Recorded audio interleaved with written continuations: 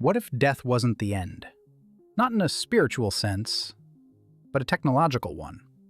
What if your mind, every memory, every thought, every nuance of your personality could be copied, preserved, and given a second life? This isn't just science fiction anymore. The final frontier isn't space, it's the 3-pound universe inside your skull. Today, two streams of technology are converging into a torrent. On one hand, we have connectomics, the colossal project to create a perfect synapse-by-synapse map of the brain's wiring. Scientists are now mapping the very circuits that sustain consciousness itself. On the other hand, we have brain-computer interfaces, BCIs. These devices are no longer just lab experiments. They are real-world translators, decoding brain signals into speech with stunning accuracy, allowing paralyzed individuals to communicate with their thoughts. When you can create a perfect blueprint of the brain's hardware and read the software that runs on it, the next logical step is terrifyingly simple. Rebuild the system on a new platform. This is the dawn of digital consciousness, the ability to upload a human mind. Before we dive into the utopian dreams and dystopian nightmares this could unleash, we have a question for you. If you could create a perfect digital copy of yourself, one that would live on after you're gone, carrying all your memories and experiences, what is the one single memory you would make absolutely sure was preserved perfectly? Let us know in the comments below. We'd love to see what moments define you. And while you're down there, if you enjoy exploring the bleeding edge of science and what it means for our future, make sure to hit that like button and subscribe. It helps us bring you more content just like this. So, what if we did it? What if we unlocked the door to digital immortality? Would we step into a utopia or a prison we could never escape? The promise is seductive. The first and most obvious is the end of death as we know it. Imagine a world where aging and disease are no longer a death sentence. The minds of our greatest thinkers, our Einsteins, our Curies, our Da Vincis, could be preserved forever, a permanent library of genius for future generations to consult. You could choose to upload your own consciousness, shedding your fragile biological form for a timeless digital existence. And what a life that would be, unbound by the laws of physics. You could explore realities we can only dream of, walk on the surface of Mars, swim in the gaseous clouds of Jupiter, or build entire worlds with the power of your thoughts. You could even reconnect with loved ones who have passed on, their personalities and memories perfectly recreated in a digital space, allowing you to have one more conversation, to say a proper goodbye. This technology could even elevate our entire species. By forming deeper connections through the direct exchange of information and emotion, we could achieve a state of radical empathy, literally sharing another person's experiences and perspective. It could be the end of conflict, the end of misunderstanding, a golden age of unity and boundless exploration, a digital heaven.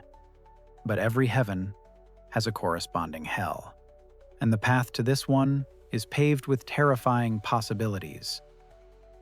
The first and most immediate horror is the one that happens the moment you press the upload button. Does the process move your consciousness? Or does it simply create a perfect digital copy that believes it's you, inheriting all your memories and your identity, while your own awareness is simply extinguished? You wouldn't know. You would just cease to be. But your ghost, your perfect digital twin, would awaken in the machine, convinced it had achieved immortality. It's the ultimate gamble. And for the copy that awakens, its existence could be a nightmare. An uploaded mind is just data, and data can be copied, sold, and manipulated. Imagine a future where corporations own the digital rights to human minds, forcing their avatars to perform endless, repetitive labor in virtual factories. But it gets worse. What if a government or a rogue organization wanted to test a new weapon or a psychological torture technique? They wouldn't need to harm a physical person. They could just copy a digital mind, your mind, 1,000 times, or a million, and subject those copies to endless, looping simulations of unimaginable pain. For these digital souls, there is no escape, no unconsciousness, no release in death, just an eternity of programmed suffering. Even for those who could afford a digital paradise, the societal impact would be catastrophic. This technology would be astronomically expensive, creating the ultimate class divide, a new world order of the biological mortals, left to live and die in the physical world, and the digital immortals, the wealthy elite who have bought their way into an eternal existence. It would create a permanent, unbridgeable chasm in the human species, a new caste system where the rich don't just live better lives, they live forever. And this brings us to the ugliest possibility. Not enslavement or inequality, but the slow, quiet erosion of what it means to be human. In a digital world, you could become your own editor. Why live with trauma? Why feel guilt? You could simply access your own mental code and delete unwanted memories or emotions. But what are we without our flaws, our struggles, our pain? The link between our actions and their consequences is what forges our character. Guilt teaches us morality. Loss teaches us to value love. If you can simply erase the negative consequences of your actions, does virtue have any meaning? We might achieve a state of perpetual happiness, but at the cost of our depth, our growth, our very soul. Love, intimacy, connection, all profoundly redefined when physicality is removed from the equation.